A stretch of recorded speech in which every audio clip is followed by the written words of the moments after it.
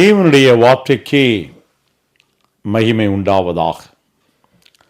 பிதாவாகிய தேவனுக்கு, குமாரனாகிய இயேசுவுக்கு, பரிசுத்த ஆவியானவராகிய தேவனுக்கு எப்போதும் துதியையும் கனத்தையும் மகிமையும் செலுத்துவோமாக. கிறிஸ்துவுக்குள் பிரியமானவர்களே, இந்த நிகழ்ச்சியானது உங்களுக்கு தேவ ஆசீர்வாதங்களை கொண்டு வருகிறது என்பதை நாங்கள் விசுவாசிக்கின்றோம். சத்தியம் பல்கலைக்கழகம் நடத்துகின்ற ஒரு வார்த்தை சொல்லும் என்ற நிகழ்ச்சியை நீங்கள் கவனித்துக் கொண்டிருக்கின்றீர்கள். இந்த நிகழ்ச்சியானது வேதாகமத்தின் இரகசியங்களை அறிந்து கொள்ளத்தக்கதாக உங்களுக்கு எல்லா விதங்களிலும் உதவி செய்கிறது என்பதனை நாங்கள் விசுவாசிக்கின்றோம். சத்தியத்தை நீங்கள் அறிய வேண்டும். சத்தியமானது உங்களை விடுதலையாக்க வேண்டும். ஒவ்வொரு மனிதனும் சத்தியத்தை அறிந்து கொள்ளுவதற்காக சத்தியம் பல்கலைக்கழகமானது ஆரம்ப அடிப்படை போதனைகளாக 3 விதமான வேத ஆராய்ச்சி வகுப்புகளை நடத்துகின்றது. 1, இயேசு கிறிஸ்துவை, அவரை குறித்த சத்தியங்களை அறிந்து கொள்ளுகிறதான ஆராய்ச்சி படிப்பு. இதனை பேச்சுலர் ஆஃப் ட்ரூத், BTH என்று அழைப்பது உண்டு. இந்த 2 வருட கோர்ஸிலே இயேசு கிறிஸ்துவை குறித்த நூற்றுக்கணக்கான இரகசியங்களை வேத வசன ஆதாரங்களோடு கூட நாங்கள் போதிக்கின்றோம். மட்டுமல்ல, இயேசுவுடைய வாழ்க்கை முழுவதையும் ஆராய்ந்து பார்க்கத்தக்கதாக மத்தேயு, மார்க்கு, லூக்கா, யோவான் இந்த 4 புத்தகங்களிலே வேத ஆராய்ச்சி பயிற்சியையும் கொடுக்கின்றோம். என்னவென்றால், சுவிசேஷ புத்தகங்களிலே இருக்கிற ஒவ்வொரு அதிகாரத்தையும் எடுத்து அந்த அதிகாரத்தை மைய வார்த்தை, மைய வசனம், மைய செய்தியை கண்டுபிடிப்பது என்ற ஒரு பயிற்சியை கொடுக்கின்றோம். அந்த வேத ஆராய்ச்சி பயிற்சியின் மூலமாக இந்த 4 சுவிசேஷ புத்தகங்களில் இருக்கிற மைய செய்திக்குள்ளாக நீங்கள் வழிநடத்தப்படுகின்றீர்கள். அடுத்தபடியாக, பரிசுத்த ஆவியானவரை அறிவதற்கும் பரிசுத்த ஆவியானவரை குறித்த சத்தியங்களை அறிவதற்கும் 2 வருடங்கள்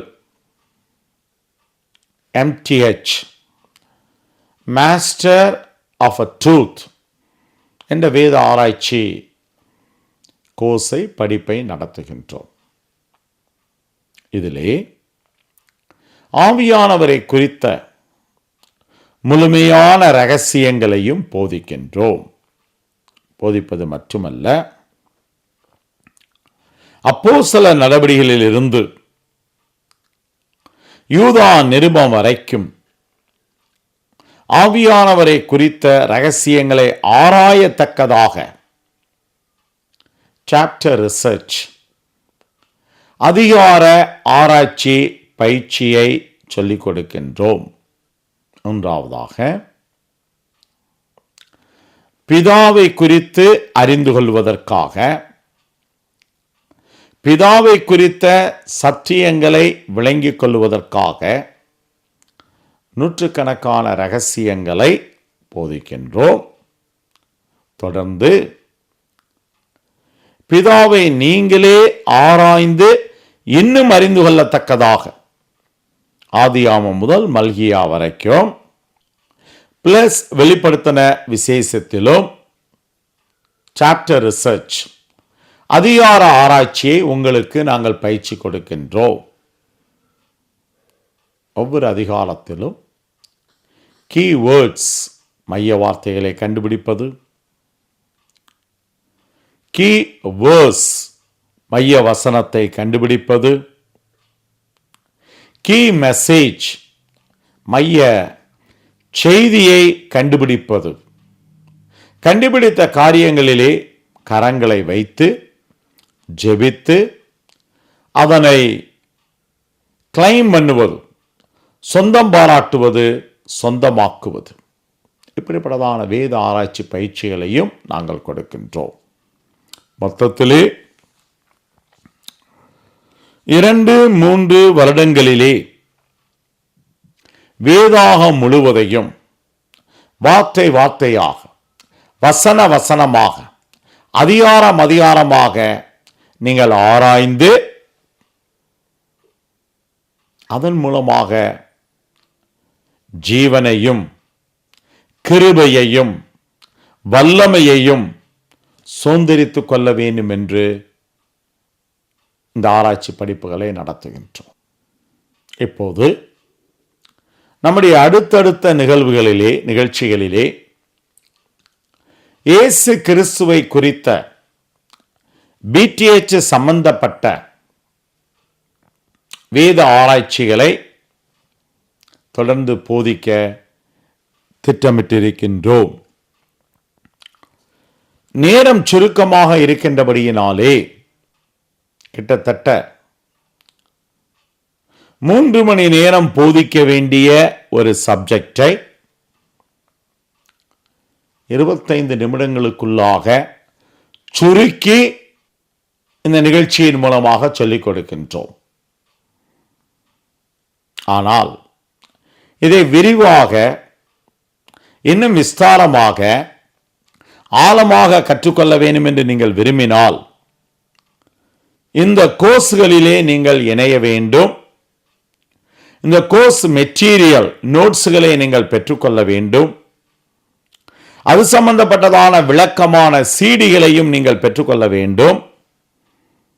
முறைப்படி நீங்கள் வேதத்தை ஆராய்ந்து கற்றுக்கொள்ள வேண்டும்.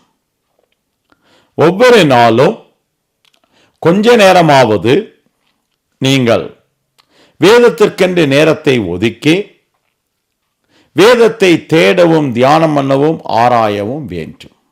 அப்போதுதான் ஒவ்வொரு நாளும் இந்த வேதம் உங்களுக்கு சொந்தமாக மாறும். இந்த வேதத்திலே சொல்லப்பட்டதான காரியங்கள் எல்லாம் உங்களுடைய நடைமுறையிலே, உங்களுடைய அனுபவத்திலே நீங்கள் கொண்டு வர முடியும். எப்படியாயிலும் இந்த வேதத்தை நீங்கள் சொந்தமாக்கிக் கொள்ள, வேதம் முழுவதையும் அனுபவத்திலே நீங்கள் கொண்டு வர இந்த முறையானது, இந்த போதனையானது, இந்த பயிற்சியானது உங்களுக்கு சிறந்த முறையிலே உதவி செய்யும் என்பதிலே எங்களுக்கு சந்தேகமல்ல. இதுவரைக்கும் 12 நாடுகளைச் சேர்ந்த ஆயிரக்கணக்கான தேவ மக்கள் சபை பாகுபாடு இல்லாமல் இந்த வேத ஆராய்ச்சியிலே இணைந்து கற்றிருக்கிறார்கள், பயிற்சி எடுத்திருக்கிறார்கள். இன்றைக்கும் அநேக டீச்சர்களாக, போதகர்களாக இந்த ஊழியத்தையும் செய்து வருகின்றார்கள். வழக்கமாக வேதத்தை படித்துக் கொண்டிருப்பது என்பது வேறு, கடமைக்காக பைபிளை படிப்பது என்பது வேறு. ஆசீர்வாதத்தை பெற்றுக்கொள்ள வேண்டுமே என்று வேதத்தை புரட்டுவது வேறு. வாக்குத்தத்தங்களை குறித்து வைத்துக் கொண்டு ஜெபிப்பது வேறு. ஆனால் முறையாக, வரிசையாக ஆதியாகமம் 1:1 வார்த்தை வார்த்தையாக, வசன வசனமாக, அதிகாரம் அதிகாரமாக, வெளிப்படுத்தின விசேஷம் வரைக்கும் முறையாக வேதத்தை ஆராய்ந்து கற்றுக்கொள்வது என்பது ஒரு விசேஷித்த ஸ்லாக்கியம். அன்பானவர்களே, இந்த வாய்ப்பை நீங்கள் நழுவ விட்டுவிடக்கூடாது. இந்த சந்தர்ப்பத்தை நீங்கள் உபயோகப்படுத்த வேண்டும். ஆகவே எங்களுடைய சத்தியம் பல்கலைக்கழக வேத ஆராய்ச்சி படிப்புகளிலே இணைந்து வேத வாக்கியங்களை ஆராய்ந்து பாருங்கள். பிடிஎச்சிலே பேச்சுலர் ஆஃப் ட்ரூத், இயேசு கிறிஸ்துவை குறித்து நாம் ஏன் ஆராய வேண்டும்? நாம் ஏன் இயேசு கிறிஸ்துவை வேதத்திலே தேட வேண்டும் என்று ஒருவேளை நீங்கள் கேட்பீர்கள் என்றால், அதற்கு 3 காரணங்களை வேதாகமத்தின் அடிப்படையிலே நாங்கள் கொடுக்க முடியும். புதிய ஏற்பாட்டிலே தேவ சித்தம், தேவ திட்டத்தை குறித்து ஆராய்ந்து பார்க்கும் பொழுது, முதலாவதாக ஆண்டவராகிய இயேசு கிறிஸ்து நமக்குள் வாசம் பண்ண வேண்டும் என்பதை வேதம் தெளிவாக சொல்லுகிறது. ஆதார வசனங்கள் கொலோசியருக்கு எழுதினதான நிருபம் 1வது அதிகாரம் 27வது வசனம்,